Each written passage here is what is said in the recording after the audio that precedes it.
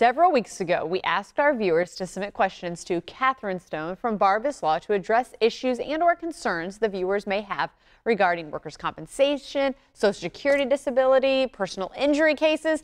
Well, pretty much anything under the sun, right, Catherine? Correct. And you have heard from some viewers, and we wanted to kind of tackle some of those questions right now. And I mean, we've even gotten, I wanted to say this, we've even gotten emails from people who've seen the show, viewers who've seen the show, and their questions don't really pertain to anything that our firm handles. Okay. What we do our best to do is contact that person.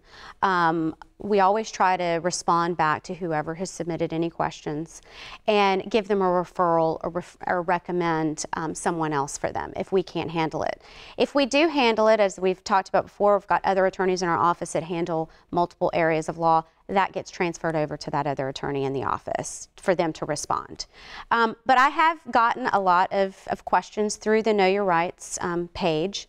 And one of the most recent ones was with regards to a dog bite case. And so the email just specifically said, I was bitten by a dog, owner says he has no insurance.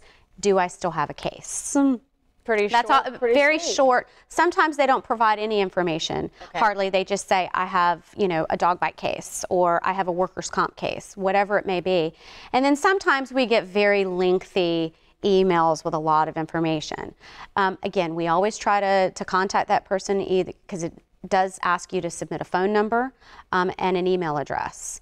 So depending on what the situation is, we always will get back to you with a response. But in this particular case, so I picked up the phone and contacted the person and said, I got your information, by the way, give me some more facts. And so come to find out, this happened on a commercial property involving kind of like a strip center with multiple businesses.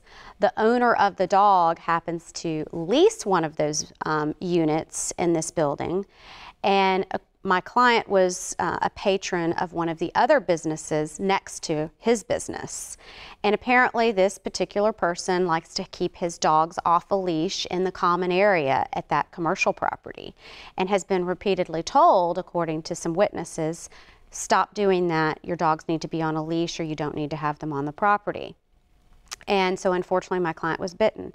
So while the owner may not have had any insurance, and that's still being investigated, with knowledge that this person who is there on a regular basis and apparently brings his dog on a regular basis, which will be part of the facts, I'm sure, in dispute as we go forward, going after the property owner of the commercial center and the management company, because they also have a duty to patrons that are going to come to their facilities and to the other tenants of theirs to keep the property safe from any dog bites.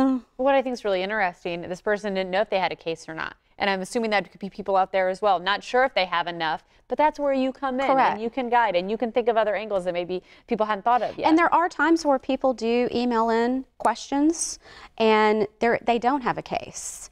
That also happened recently, actually over the weekend. Oh, really? I actually responded to one over the weekend and told them that I'm sorry, but I just don't personally, you know, but I did say, feel free, you should always consult and get another opinion. Right. But, you know, it does happen. Not everybody has a case. Interesting. And so you again, you go ahead, you give that information. Now, this is just one example because you have had other questions about other areas as well.